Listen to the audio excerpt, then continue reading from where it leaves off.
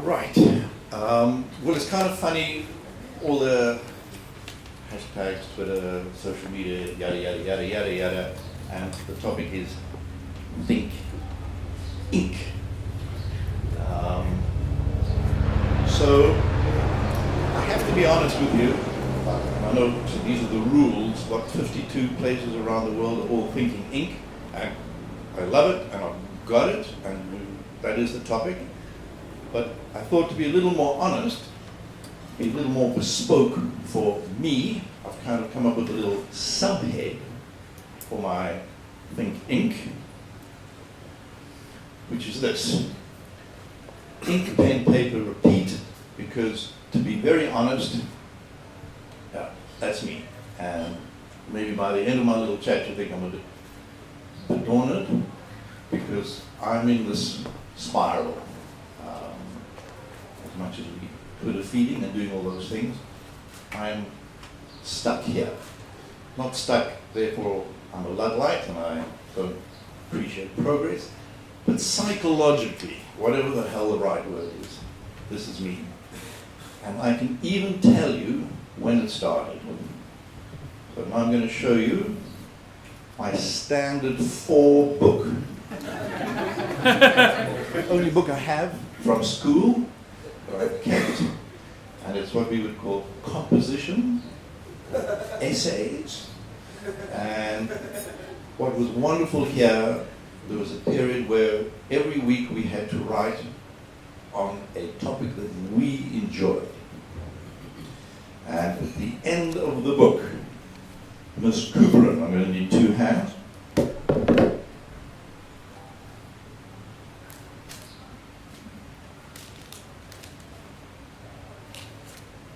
Sorry about this, folks. It's a very old book.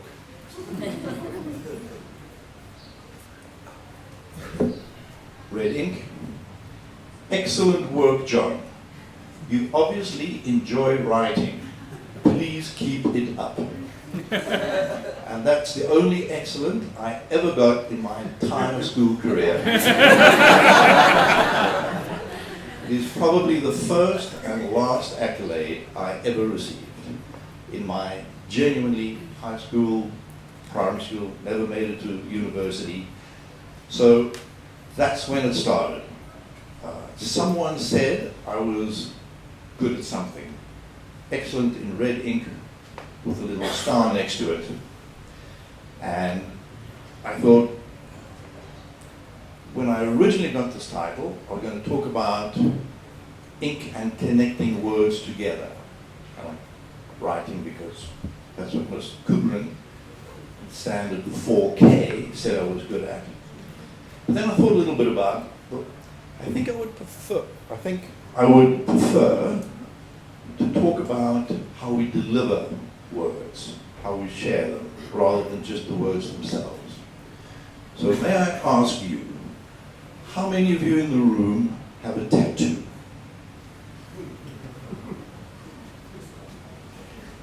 How many in the room have a tattoo that is a symbol? How many in the room have a tattoo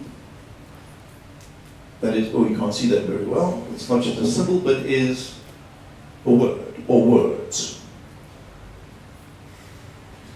How many of you have a tattoo that is a symbol and a word, or maybe you've got a symbol and a word?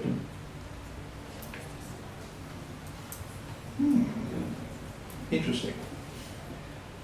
I'm guessing it's an ode to someone you love, or maybe it's a symbol, it's declaring a belief, religious or otherwise. I hope, I really hope it's not marking the end of a really drunk night.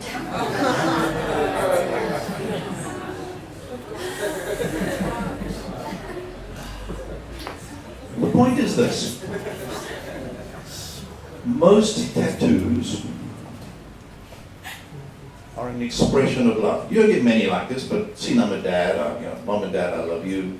But let's say it said, I love Sue. And some of you got that kind of tattoo. Why at that moment in time did you want a tattoo in ink on skin of I love Sue, I love Brad, whatever it is? Why didn't you just text it? I mean, you're putting it on you. Why put it on your arm, I love Sue, or whatever body part you think Sue would find most appropriate? Why a tattoo?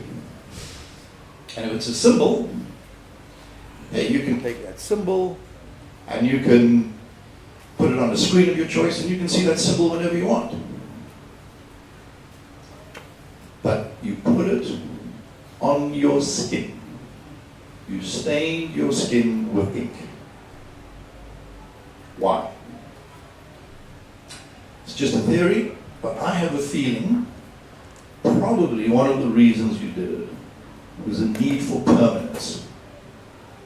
You want something permanent. And let's be honest, a delete button doesn't serve much purpose when you have a tattoo.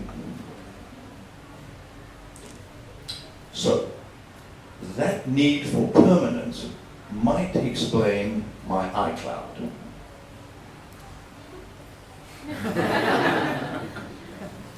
This is my mega digital storage facility. And if you go into my room, you see a lot of iClouds. Endless, endless, endless, endless. This includes everything I've written that I think is vaguely meaningful.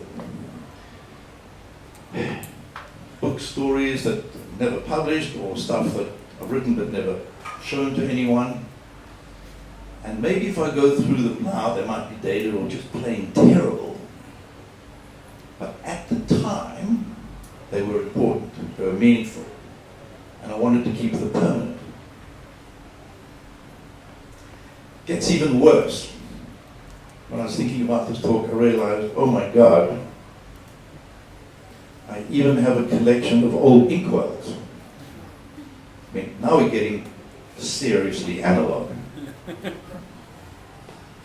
I don't know why. There was a time in my life I collected inkwells.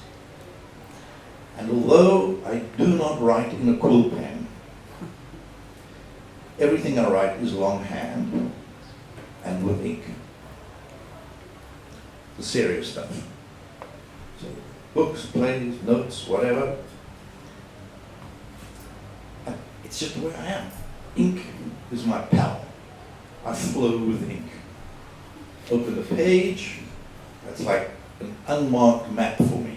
When I pick up the pen, I'm plotting my journey, my adventure with the pen. Anything. If I have to make a note before I start writing, I do it in a moleskin. Yes, I have all the necessary computer bits and bobs, but it feels different to me. Not too long ago, I was flying up from Cape Town, SAA, got on the plane, as we leveled off, you get the story, thank you for flying SAA. We know you have a choice, and we appreciate that you have chosen us.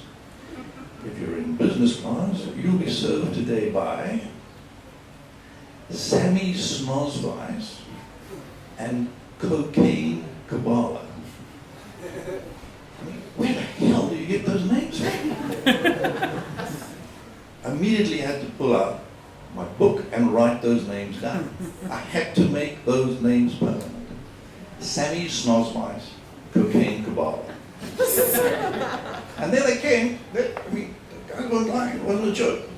Name tags. So I love taking those things. A guy walks past with a strange nose, man walks past, strange nose, interesting nose. But it feels more permanent to me if I write it. And so this is like my mobile, this is my mobile computer. Write it down, make a note, it's down. I feel better. I've tried to write, not type, I've tried to write on a computer, and the words literally don't stick. It was a dark and stormy night. I don't know if I like stormy, delete stormy, it was a dark and chilly night. Then I panicked. What did I say before? Was it stormy? Was it cold? When I write, I cross the word out and go back. I wrote stormy. Maybe 3 weeks later, I want to go back to stormy. I can remember it. But once I've deleted it, I feel insecure. It's gone. Was it stormy? Was it cloudy? I'm weird, maybe beyond help, but it's just the way I am. More embarrassing, when I go through my emails, I then make notes on paper of the really important ones. You know, Sandy is very grumpy, better reply to her first. Bill's bullshitting again, better have a meeting with him. I write that down in reference to the email. I'm cooked. But if I don't write it down, it feels like it's not substantive. So, why? Is it my age? Is it a generational thing? Yeah. Am I like a badly wired Star Wars robot? You know, the ones that don't fully survive the battle. They kind of, something there that doesn't quite connect. But I'm very happy with non-ink things in different situations. On Monday, my wife cracked out Linden Mini for atrocious service. Email, perfect medium. Think of all the people you can copy, including Hello Peter. Boom. Take that. No problem at all. Got it. So I get it. I've got an iMac, I've got an iPad, I've got an iPod, I've got an iPhone. I love it. TVWA, globally, we even handle Apple as our client. So don't get me wrong, I'm not a Luddite, I get it. But sometimes, when there's something important that I want to record or think, it feels as if my hand wanders off the keyboard and goes to ink. Why? So I was getting a bit panicky. I thought, I'm going to be talking to these guys, ladies, they're all super duper hipsters, and I'm going to come across like some old fart from the 18th century. And luckily, at that point, I came across an article on the internet by a man with the wonderful name of Vint Cerf. You may or may not know him, but this is one serious gentleman. Vint Cerf, better known as Vint to his friends. He's not only won the Turing Award, the Marconi Prize, he is one of the two founders of the internet. And just to make him even more impressive, he was the first guy to come up with a commercial email system that could connect to the internet. So he's now in his 70s, might be a little old, but certainly not old school. But this is what he wrote, and I quote,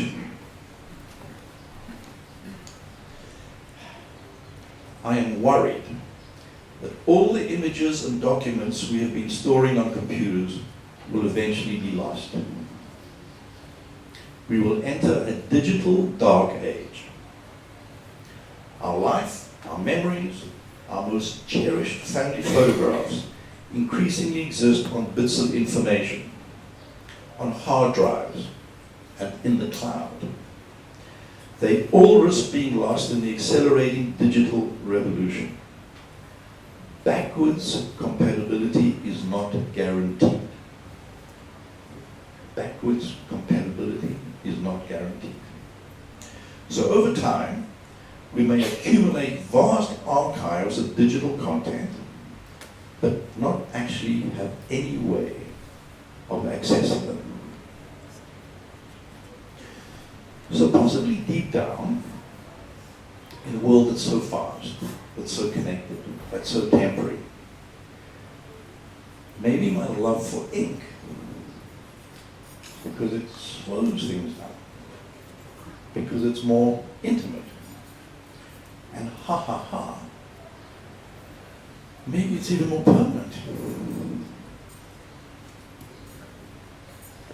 Not very clear, but there's my inkwell collection, and behind it is a box. In that box is nearly all my children's letters, drawings, etc. Information stored, yeah. Lots of paper and ink, hell of a lot of wax crayon. The great thing is, it feels more permanent to me than if it was on a folder. I can open the box, and there it is. It's tactile. I can run my fingers on the waxy lines. I can fold and unfold the letters and drawings. It's not really stored information. It's kind of like memories that stand up and walk through your mind. So I'm not going to fight my ink, pen, paper tendency too much. Besides, my handwriting is a piece of me. It's unique to me, as bad as it is. Just like your handwriting is unique to you. When we go online, on screen, all our individualities merge. We have the same handwriting of zeros and ones and zeros and ones and zeros and ones. So I sometimes just want to be John Hunt and not John Hunt attached to an email address. I therefore would ask a huge favor of all of you. It's a favor, it's a plea, it's a request to do something. But do it today. Because there's a Tibetan proverb that says, you do not know which will come first, tomorrow or your next life. And what I would like you to do, many of you have already stained your skin with ink. Why don't you go and do the same thing on paper? Think of someone right now that you love, that you admire, maybe someone that you just want to thank. And put those feelings on a piece of paper.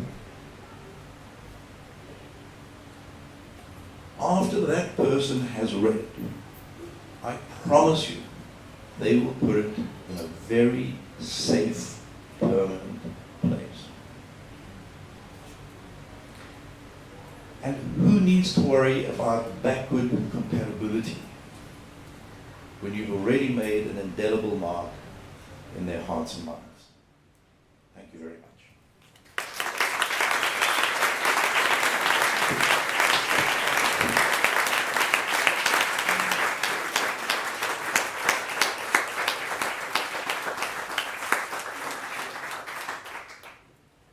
I don't know what happens after this. What's your favorite pen? I have with me, of course, the roller pen. Feels like ink, but it isn't. I mean, it's like a fountain penning thing. but it flows, so it's not like a Bic, and it feels more like a inky pen.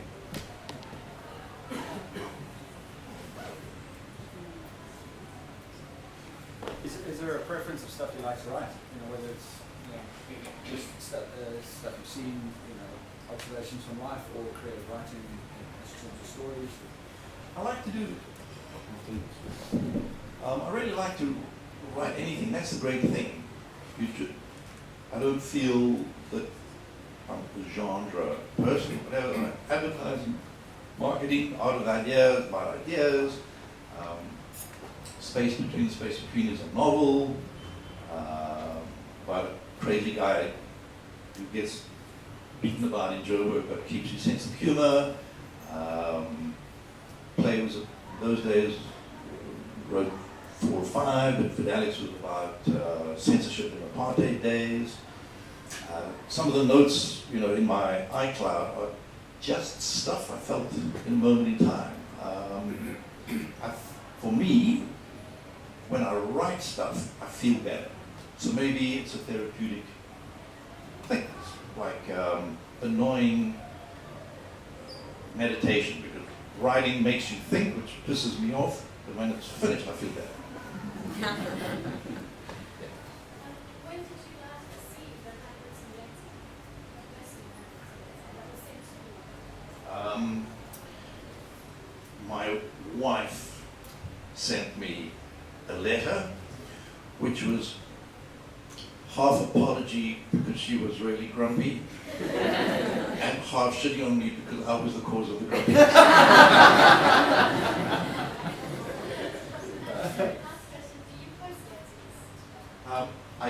I very occasionally post letters, but what I do is, so if it's not a book or article or whatever, I write, and then if I can't hand deliver them because I'm going to see the person, and thanks to South Africa's incredibly positive postal service, I actually DHL them. I received last week from Germany 3 Christmas cards. I also prefer to write things down and ideas and pass and things, but sometimes I get into a panic when I can't find them again in that version of the iCloud. Does this happen to you, or is there a system in that bag? It does. That's why in that bag, which again my wife said my security blanket, there's the moleskin and the foolscap and 3 pens, because one might run out. Do you have any tattoos? I do not. However, there are members of my family who do.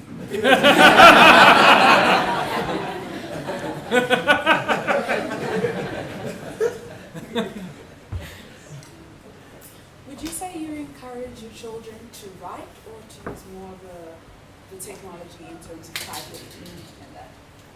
Absolutely both. So that's why it's really important. I don't mean to be a Luddite. I don't mean technology is terrible. I don't mean that at all. I just think embrace technology, of course. But you might find sometimes that in the embracing of that, it's like when you just stop for a moment, it's like everything backs up, and maybe if you were to write or draw, it's sort of, and things terrible. I think it's got something to do with pacing, something to do with just everything is thrown at you 24/7, and then you reply 24/7, and then you feel guilty because you haven't looked at your email for the last 10 minutes, and blah, blah, blah, blah. And sometimes just, and I think when you're in that relaxed rhythm, a pen, piece of paper, or whatever,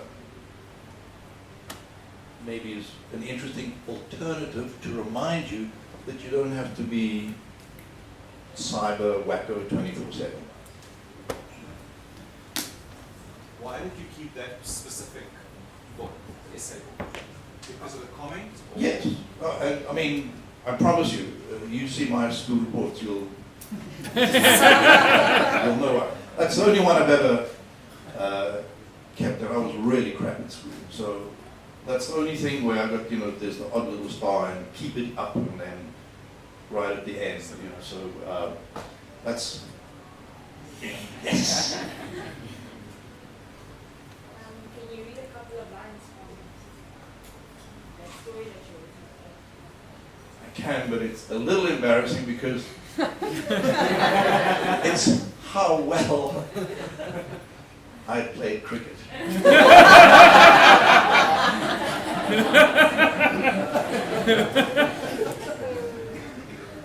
Shameless hussy that I was. So, the comment I might add is for the collective brilliance of the book. But seeing you've asked, yeah, this is get my glasses.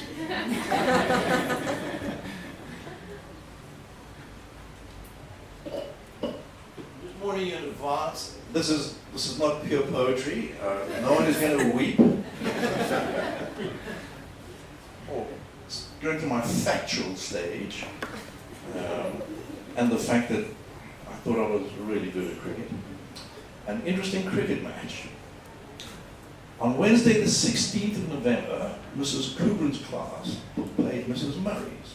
Lucky for Mrs. Kubrin's class, we were victorious, and the following day went home without homework, which made us very popular. We lost the toss and were sent into bat, and scored a very nice sum of 144. The main scores were John with 38 in brackets, 6 fours, and Lloyd, 34, 5 fours. Many of our runs were scored by byes, as Mrs. Murray's class fielded very poorly. As the game went on, finally I was out LBW. Soon after, Lloyd was bowled. Now the game progressed very fast, and after 1¼ hours, we were all out for 144. In went Mrs. Murray's class, and after a very brief time, about 20 minutes, they were all out with a low score of 24. We nearly finished. Just as a matter of fact, I can assure you that after that, Mrs. Murray's class were humbled. But most of the players were full of excuses and challenged us to a match the following Wednesday. It will be interesting to see the outcome of this match.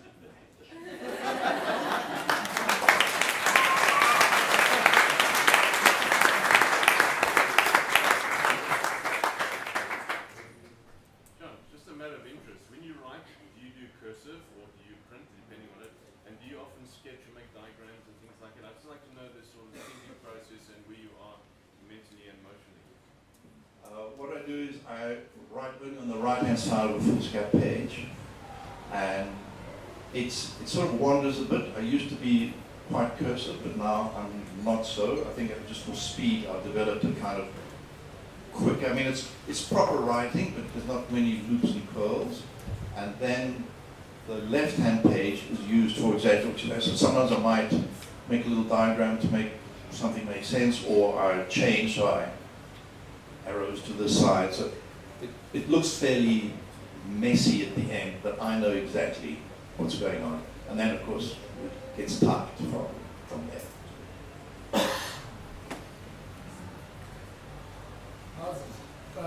So you are safe writing with ink during load shedding, right? I'm safe. Yeah, energy friendly, low carbon footprint. It's the most eco-friendly way to go. This is also our climate talk, right? Any projects you're working on at the moment? What's the plan for you? I'm working on another novel. So kind of I work best in parallel universes rather than just doing one thing at a time. So work to keep you solvent and other stuff to keep you sane.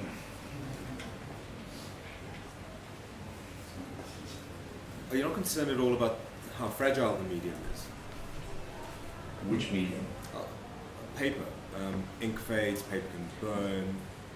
Yeah, and that's a very good observation, and I think that very fragility sort of makes it special, because crumble. It can. So, you know, this is a book. It's still okay, but I'm delighted no fish moths and stuff had got to it. So I think there's something, it's going to sound really wild, permanent in its fragility. You have to keep it in a bookcase. You have to look after it. You have to keep a lid on it. You've got to, whereas this stuff is great but gone. Safe, but it's, I can't see it. I can't, well, I get it. But in my lifetime, the stuff that I have kept on paper or whatever is good for me. Can't speak for future generations, but I still have a feeling, as I found a couple of years ago in the bottom of a packing case when we moved house, folded in really bad plastic, the Sunday Times that show the declared war, Second World War, you know, and it was so beautiful, and the type and the typography and everything, folded. And to your point, it was a little prickly, and I had to be very, very careful. But it felt so real and permanent, versus if I clicked on and seen it, what the Sunday Times looked like in 1939. So it's a visceral experience, and I think some of its energy of and tactile is the very fact it is like a little bit fragile.